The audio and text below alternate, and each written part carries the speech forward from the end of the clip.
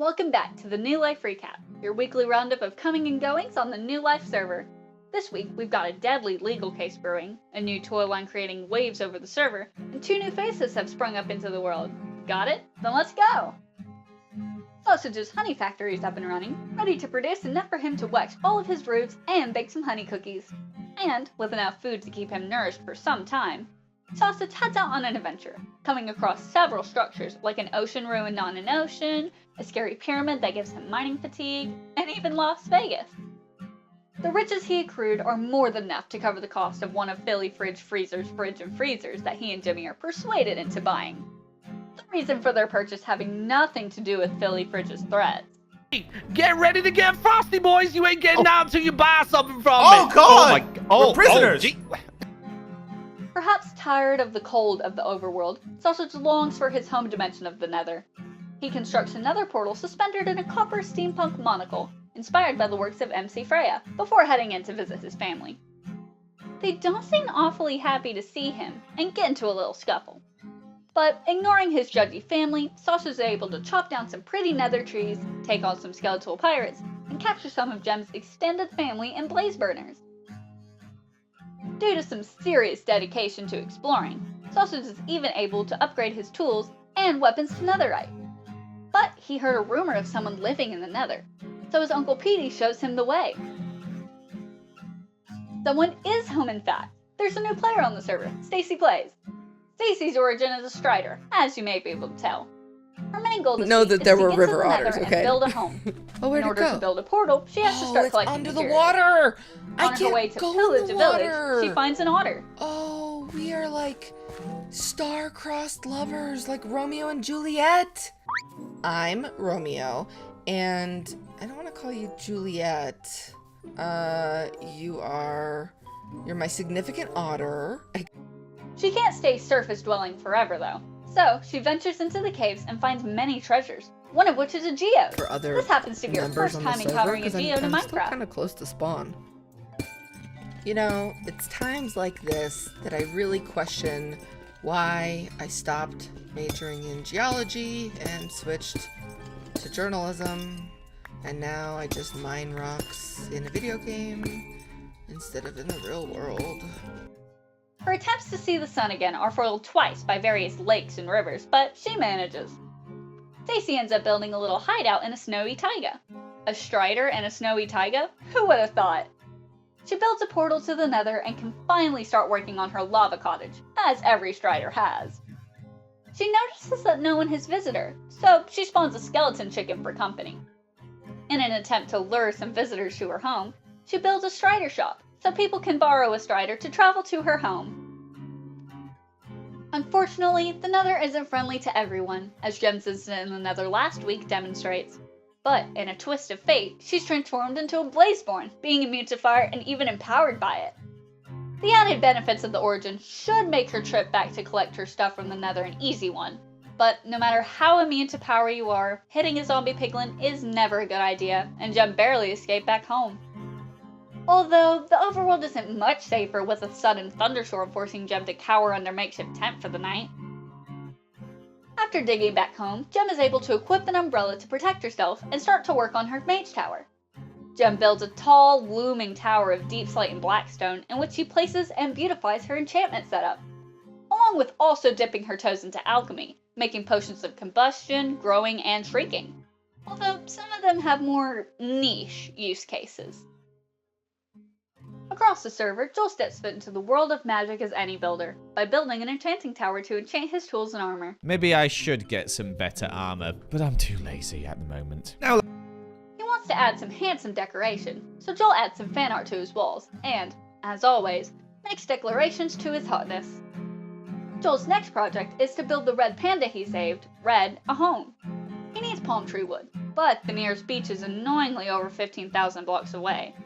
Scott offers to let Joel use his nether roof portal to shorten the length of his travel. Scott. Jesus Christ, sir. Scott. What? Scott. What? Where's your portal What? for the roof? I'll show you. Just there, down there. And I'll take you onto the roof. Thank you very much. Bye-bye. When he pops out the other side of the portal, the palm trees are right there for him to collect. When he gets back to the nest, he starts working on a little bungalow for Red with his newly acquired materials. He needs to start taking advantage of his ability to pick up animals, so Joel builds a jail nest to keep his menagerie. His explorations may have gotten him a lot of animals, but he wants something more thrilling, so he goes to tackle a floating ship dungeon. Clearly, he's not as strong as he thought, as he meets his demise while destroying a spawner.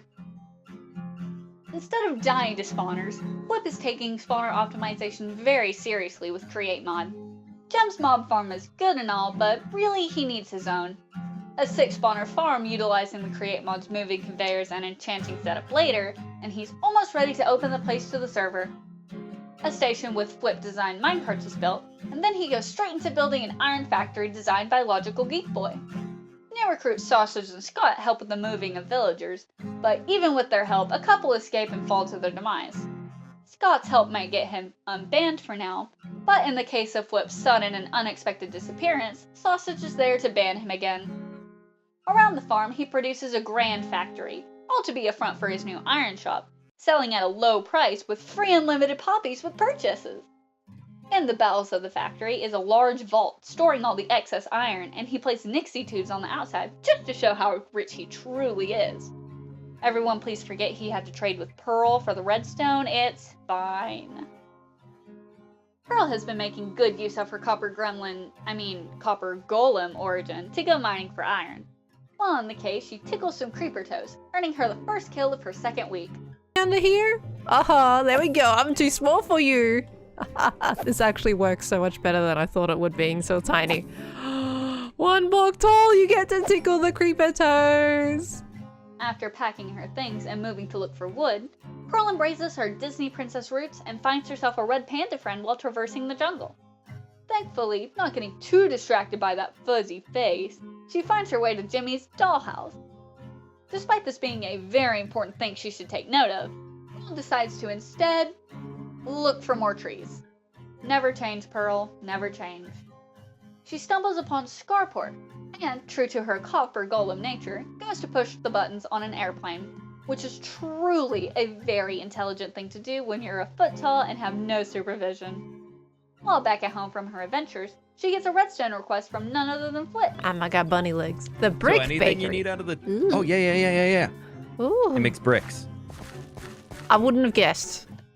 After the 2 shortest members of the server hang out in tour Flip's iron farm, Pearl returns home and finally decides on her base. It seems that from a cave she came, and to a cave she shall return. The court case of New Life is happening, and it's Scott's Major versus CPK. The charges? Murdering pigs, causing panic, and being Scottish. Having a Scottish accent. I will see you in court. So long and good night. Do we even have a court? No, look, right, as of right now, no. Scott declares he will countersue, and CPK gets himself the goodest lawyer on the server, Good Guy. Scott will need a pretty good defense, especially as CPK will be adding, teleported me to the deep dark so I died, to the list of charges. Look forward to July 1st, folks! That's not the end of the legal shenanigans. Considering his current legal status, he perhaps shouldn't be declaring thievery as a superpower, especially when stealing from his lawyer. Let's hope Jimmy doesn't find out until after the case. The quest to level up the oceanographer continues, and gives a lot more grief than expected, getting him a near-death experience out of the deal. Now, near-death experiences aren't out of the ordinary on this server, but it is a coincidence when it's newly minted lawyer Jimmy who finds that not all plans are safe, as he nearly dies in scars. Let's hope he clutches the bar exam too. Oh my gosh! Did you see that wall clutch? Oh my gosh! He needs to live up to his name as Good Guy though, so first up is Flip, who asks for some art. Who doesn't want Good Guy graffiti? Then, Sausage, being aghast, could completely blow up his own base, so Jimmy makes sure to blast-proof with a little water. Scar's airport could use some advertisement, so he tells all his friends about Scar's plane, which of course they all want to ride. Looking around the rest of the server doing his Good Guy duties inspires him to dive into the Create mod. Every dollhouse needs a factory, right? Unfortunately, his Good Guy behavior doesn't stop the server adding Good Guy as a new addition of toy, coming to a store near you. Scar is an ecstatic customer, greeted with the toy he asked Martin for last episode, and it's even better when the real thing shows up, regardless of the plane accident Jimmy is almost caught in. Scar eventually starts preparing to build a runway for his plane, hopefully avoiding future accidents, but unfortunately, that leads Scar out to not-so-Scar-safe territory.